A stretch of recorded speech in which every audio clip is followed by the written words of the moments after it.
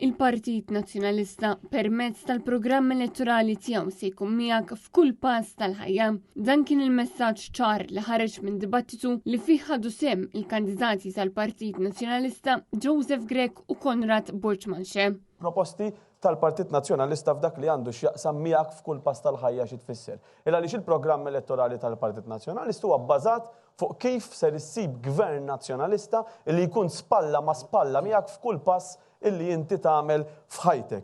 Dibattitu li fih intwera biċ-ċar kif l-għażla ta' 30 ta' Mejju hija waħda ċara.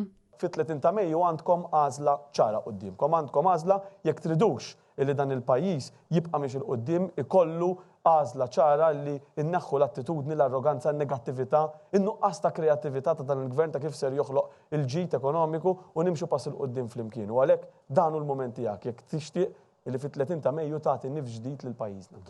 Waħda mit-temi ewlenin ta' dan id-dibattitu organizzat mill-awtorità tax-xandir kienet l-ekonomija. Fejn Joseph Grech saħaq l-ekonomija li qed jinbotta l-qudiem il-Partit Nazzjonalista hija waħda fejn il-ġid jintlaħaq minn kulħadd. Meta qed nitkellmu fuq l-ekonomija, ma nitkellmux biss fuq flus minn kelli dik hija parti importanti, ma nitkellmu wkoll fuq il-kwalità tal-ħajja, fuq kemm inti għandek iċ-ċans illi tgawdi id-dar tiegħek, il-familja tiegħek, il-ħbieb tiegħek. U dan il-programm elettorali li għandi hawnhekk illum miegħi huwa bbażat fuq l-aspirazzjonijiet li qalulna n-nies. Il-pilastri ekonomiċi li ħammexxu il-pajjiż bih għandhom ikunu li jkun ekonomija ġusta, li jkun ekonomija li tilħaq il-kulħadd, li jkollok ix-xogħol denju illi bih inti taħdem u tgawdi l-familja tiegħek. Dwar l-istess tema, Konrad Borġmanxe tenna li l-Partit Nazzjonalista jrid il-kwalità mhux il-kwantità u l-bżonn ta' pjan fit-tul. Il-modell ekonomiku tan-numri u tal-esaġerazzjonijiet għal Malta mhuwiex tajjeb, aħna pajjiż żgħir. U naħseb kulħadd jaf u kulħadd fil-pajjiż dik l-anzjana li tibża toħroġ mid-dar għax għandna nuqqas ta' nfurzar, daw kollu l-ekonomija meta tikber b'mod esaġerat tittolli kollox fejn jidħol sigurtà mod speċjali. Fejn Borġmanxe semma wkoll l-importanza tal-kwalità tal-ħajja. Min-naħa tiegħu Byron Camilleri għażel li semmi l-iżbalji. Iżda Joseph Grech semma fejn verament saru l-iżbalji. Manka fid-dibattit tal-lum.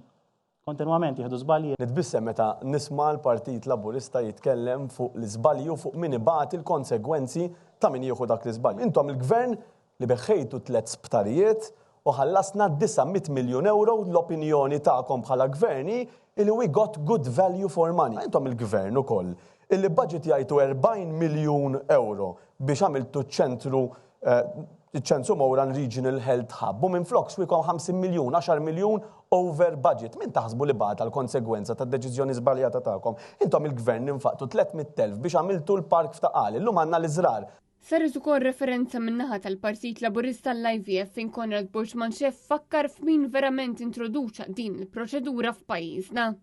L-IVF kien daħħala, jiena ċċekkjajt fuq l-IVF għax smajtu d-dibattitu l-bieraħ ukoll.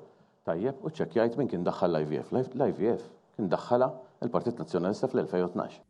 Tema oħra li ġiet diskussa fid-dibattitu kienet l-ambjent fejn Byron Camilleri qal li Manuel Island seta' jingħata lura lill-poplu għax l-ekonomija hija b'saħħitha. Iżda Konrad Borġmanxe għal darb'oħra iċċara kif saru eżatt l-affarijiet.